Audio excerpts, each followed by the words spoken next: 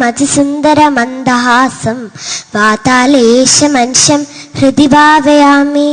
ശ്രീവാതാലയേശമനിശം ഹൃദി ഭാവയാമി. കൃഷ്ണായ വാസുദേവായ ദേവകീനന്ദനായ ച നന്ദഗോപകുമാരായ ഗോവിന്ദായ നമോ നമഃ. ഗുരുർബ്രഹ്മ ഗുരുർവിഷ്ണു ഗുരുർദേവോ മഹേശ്വര ഗുരു സാക്ഷാത് പരം ബ്രഹ്മ തസ്മൈ ശ്രീ ഗുരുവേ നമഃ. ഹരേ രാമ രാമ രാമ ഹരേ ഹരേ, ഹരേ കൃഷ്ണ കൃഷ്ണ കൃഷ്ണ ഹരേ ഹരേ. എല്ലാവർക്കും എൻ്റെ ഹൃദയം നിറഞ്ഞ നമസ്കാരം. ആദരണീയ സ്വാമിജി, അദ്ദേഹത്തിൻ്റെ സഹാചാര്യന്മാർ, ഇവിടെ ഇരിക്കുന്ന എല്ലാവർക്കും എൻ്റെ വിനീതമായ നമസ്കാരം. ഞാനിവിടെ പറയാൻ പോകുന്നത് മേൽപ്പത്തൂർ നാരായണ ഭട്ടതിരിപ്പാടിനെ കുറിച്ചും നാരായണീയം എന്ന മഹാകാവ്യം രചിക്കാൻ അദ്ദേഹത്തെ പ്രേരിപ്പിച്ച ഒരു സാഹചര്യത്തെ കുറിച്ചുമാണ്. അതെപ്രകാരം ഭക്തജനങ്ങൾക്ക് പ്രയോജനപ്പെട്ടു എന്നതിനെ കുറിച്ചുമാണ്. 16-ാം നൂറ്റാണ്ടിൽ കേരളത്തിൽ ജീവിച്ചിരുന്ന ഒരു പണ്ഡിത ശ്രേഷ്ഠനും കവിയും സാഹിത്യകാരനും ആയിരുന്നു മേൽപ്പത്തൂർ നാരായണ ഭട്ടതിരിപ്പാട്. 1560 അദ്ദേഹത്തിന്റെ ജനനം. 27-ാം വയസ്സിൽ നാരായണീയം രചിച്ച് ബാധരോഗമുക്തി നേടി 86 വയസ്സ് വരെ ജീവിച്ച ഒരു ആയുരാരോഗ്യ സൗഖ്യവാനാണ് മേൽപ്പത്തൂർ നാരായണ ഭട്ടതിരിപ്പാട്. പ്രമുഖ പണ്ഡിതനായ തൃക്കണ്ടിയൂർ അച്യുത പിഷാരടിയുടെ കീഴിൽ വേദശാസ്ത്രങ്ങളും വ്യാകരണാദികളും പഠിക്കാൻ തുടങ്ങി. അങ്ങനെ മേൽപ്പത്തൂർ ഗുരുവിന്റെ ഒരു അടുത്ത ശിഷ്യനായി തുടർന്നു. അങ്ങനെ ആ ഗുരുശിഷ്യ ബന്ധം വളർന്നു വന്നു. അക്കാലത്ത് പിഷാരടി വാതരോഗം ബാധിച്ചു കിടപ്പിലായി. ശിഷ്യനായ മേൽപ്പത്തൂർ ശുശ്രൂഷിച്ചു തുടങ്ങി.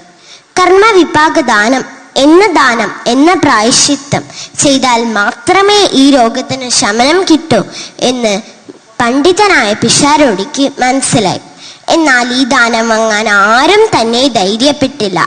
എങ്കിലും ഗുരുഭക്തരിൽ അഗ്രഗണ്യനായ മേൽപ്പത്തൂർ ഈ ദാനം വാങ്ങി ഗുരുവിന്റെ രോഗം ഏറ്റെടുത്തു. മേൽപ്പത്തൂർ തളർന്നു കിടപ്പിലായി. ഗുരുവിന് രോഗത്തിന് ശമനം കിട്ടുകയും ചെയ്തു. അങ്ങനെ മേൽപ്പത്തൂർ വളരെ ആത്മധൈര്യത്തോടെ ചികിത്സകളും പ്രായശ്ചിത്തങ്ങളും ചെയ്തു. എന്നിട്ടും രോഗത്തിന് കുറവൊന്നും കണ്ടില്ല. അവസാനം ഗുരുവായൂർ പോയി ഭജനം നടത്തിയാൽ ഈ രോഗത്തിന് ശമനം കിട്ടും എന്ന് മേൽപ്പത്തൂരിന് തോന്നലുണ്ടായി. വേഗത്തിൽ എൻ്റെ രോഗത്തിന് ആശ്വാസം കിട്ടണേ ഗുരുവായൂരപ്പാ എന്ന് മേൽപ്പത്തൂർ മനം നൊന്ത് പ്രാർത്ഥിച്ചു. എന്നാൽ ആശ്രിത വാത്സല്യ നിധിയായ ഗുരുവായൂരപ്പൻ പ്രാർത്ഥന കേട്ടു. അങ്ങനെ മേൽപ്പത്തൂർ ഒരു ദിവസം ഗുരുവായ അച്യുത പിഷാരടിയുടെ അനുഗ്രഹം വാങ്ങി അനുജനായ മാതൃദത്തനോടുകൂടി ഗുരുവായൂർക്ക് പുറപ്പെട്ടു. ഭക്തോത്തമനായ തുഞ്ചത്തെഴുത്തച്ഛനെയും കണ്ട് ഉപദേശം വാങ്ങി. മത്സ്യം തൊട്ടു തുടങ്ങൂ എന്ന് എഴുത്തച്ഛൻ ഫലിത രൂപത്തിൽ ഉപദേശിച്ചു.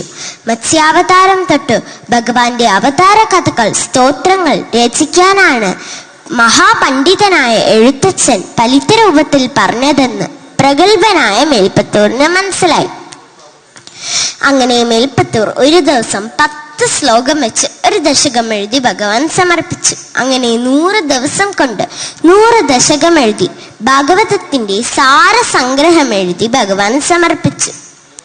18,000 ശ്ലോകങ്ങളുള്ള ഭാഗവതം അതിന്റെ മൂല്യങ്ങൾ ഒട്ടും നഷ്ടപ്പെടാതെ തന്നെ 1035 ശ്ലോകങ്ങളാക്കി ചുരുക്കി നാരായണീയം എന്ന മഹാകാവ്യം എഴുതി ഭഗവാൻ സമർപ്പിച്ചു. 100-ാം ദിവസം 100-ാം ദശകത്തിൽ ശ്രീകൃഷ്ണന്റെ ശിരസ് മുതൽ പാദം വരെയുള്ള കേശാദിപാദം പ്രകാശപൂരിതമായ പുഞ്ചിരി, മുരളി, ദിവ്യ സാന്നിധ്യം വളരെ ഭംഗിയായി വിവരിച്ചു. അങ്ങനെ 100-ാം ദിവസം 100-ാം ദശകത്തിൽ ഗുരുവായൂരപ്പൻ മേൽപ്പത്തൂരിന് ഒരു ഉണ്ണിക്കണ്ണന്റെ രൂപത്തിൽ ദർശനം നൽകി. അഗ്രേ പശ്യാമി തേജോ എന്ന് തുടങ്ങുന്ന 100-ാം ദശകം കണ്ണൻ അടുത്തു വന്നു നിൽക്കുന്നതായിട്ടാണ് മേൽപ്പത്തൂരിന് തോന്നിയത്. ആ തേജസ്സിന്റെ ദർശനം കിട്ടിയതോടെ അദ്ദേഹത്തിന് രോഗം മാറി. വൃശ്ചിക മാസം 28-ാം തീയതി ഭട്ടതിരി നാരായണീയം എഴുതി ഭഗവാൻ സമർപ്പിച്ചത്. കവിയുടെ അഗാധ ഭക്തിയുടെ ഈശ്വര കൃപയുടെ സ്മരണയ്ക്കായി ലോകജനത ഇന്നും ഈ ദിവസം നാരായണീയ ദിനമായി ആചരിക്കപ്പെടുന്നു. അങ്ങനെ നാരായണീയം എന്ന അതുല്യമായ ഈ ഭക്തികാവ്യം ലോകത്തിന് നൽകുന്ന പ്രധാന സന്ദേശം രോഗദുരിതങ്ങളിൽ നിന്നെല്ലാം മോചനം നൽകി ആയുരാരോഗ്യ സൗഖ്യം കിട്ടണമേ എന്ന ഒരു പ്രാർത്ഥനയാണ്. ഇന്നത്തെ കാലത്തിൻ്റെയും ഇന്നത്തെ ലോകത്തിൻ്റെയും ആവശ്യം ഇത് തന്നെയാണല്ലോ. ശ്രീ ഗുരുവായൂരപ്പൻ ഭട്ടതിരിപ്പാടിലൂടെ ഭക്തജനങ്ങൾക്ക് കാഴ്ചവെച്ച ഒരു ദിവ്യ ഔഷധമാണ് ശ്രീമദ് നാരായണീയം. ഭക്തജനങ്ങൾ ഇത് നിത്യപാരായണം ചെയ്യുകയാണെങ്കിൽ മനോദുഃഖങ്ങൾ, ദുരിതങ്ങൾ ഇതിനെല്ലാം പുറമെ രോഗശാന്തിക്കും ഒരു ദിവ്യ ഔഷധമായിട്ടാണ് സജ്ജനങ്ങൾക്ക് കിട്ടിയിട്ടുള്ളത്. ഇതിനെല്ലാം പുറമെ എനിക്കിവിടെ പറയാനുള്ളത്, കുട്ടികൾ അനാവശ്യമായി ഫോൺ നോക്കി ഇരിക്കുന്നത് ഒഴിവാക്കുക എന്നതാണ്. കുട്ടികളെ കൂടുതൽ ഉത്തരവാദിത്ത ബോധം ഉള്ളവരാക്കാൻ ശ്രദ്ധിക്കണം.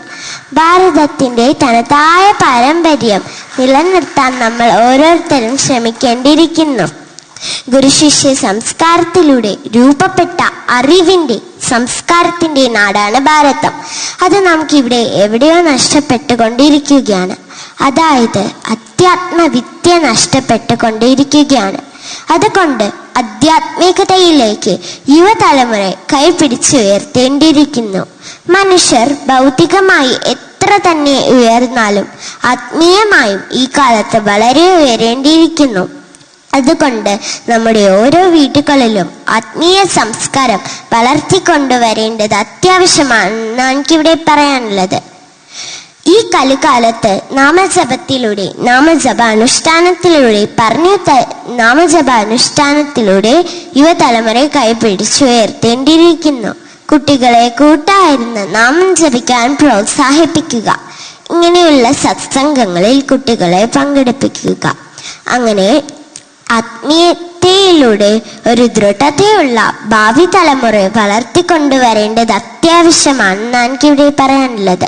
5000 വർഷങ്ങൾക്ക് മുമ്പേ എഴുതി വെച്ച ഭഗവത്ഗീത എല്ലാം തന്നെ കഥകൾ കേൾക്കാൻ വേണ്ടി മാത്രമല്ല, അത് നമ്മുടെ ജീവിതത്തിൽ പകർത്തി നമ്മുടെ ജീവിത വിജയത്തിന് ഉപകരിക്കാൻ തക്കവണ്ണം ഉപയോഗപ്പെടുത്തണം. മാനവരാശിയുടെ യഥാർത്ഥ വിജയം ഭഗവത്ഗീതയിലുണ്ട് എന്ന കാര്യം നമ്മൾ മറക്കാൻ പാടില്ല. ഗുരുശിഷ്യ സംസ്കാരത്തിൽ ധ്രുവശബ്ദത്തിലൂടെയും അജാമിളോപാഖ്യാനത്തിലൂടെയും ഇത് തന്നെയാണല്ലോ നമുക്ക് മനസ്സിലാക്കാൻ കഴിയുന്നത്. യതഗ്നിരേദംസി യഥൗഷധം ഗതാനിധി പ്രഭോ ത്വത്പുരുഷ ബഭാശരി. അഗ്നി വിറക്കുകളെ എന്നതുപോലെ, മരുന്ന് രോഗങ്ങളെ എന്നതുപോലെ ഭഗവാന്റെ നാമോച്ചാരണം ജനങ്ങളുടെ പാപസഞ്ചയത്തെ പാടെ ദഹിപ്പിക്കുന്നു എന്നതാണല്ലോ അജാമിളോപാഖ്യാനം നമ്മെ പഠിപ്പിക്കുന്നത്. അങ്ങനെ കെട്ടുറപ്പുള്ള ഒരു ഭാരതം, ആത്മീയ പാരമ്പര്യമുള്ള ഒരു ഭാരതം, സ്നേഹത്തിന്റെയും സഹോദര്യത്തിന്റെയും നാടായ ഭാരതം, അതാണ് നമ്മൾ ഉയർത്തിക്കൊണ്ടുവരേണ്ടത്.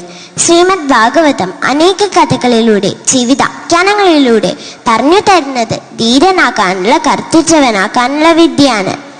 ആ ഒരു ആത്മീയ ജ്ഞാനം നമ്മളിൽ ഓരോരുത്തരിലും ഉണ്ടാവട്ടെ എന്ന് പ്രാർത്ഥിക്കുന്നു. ഹരേ കൃഷ്ണ.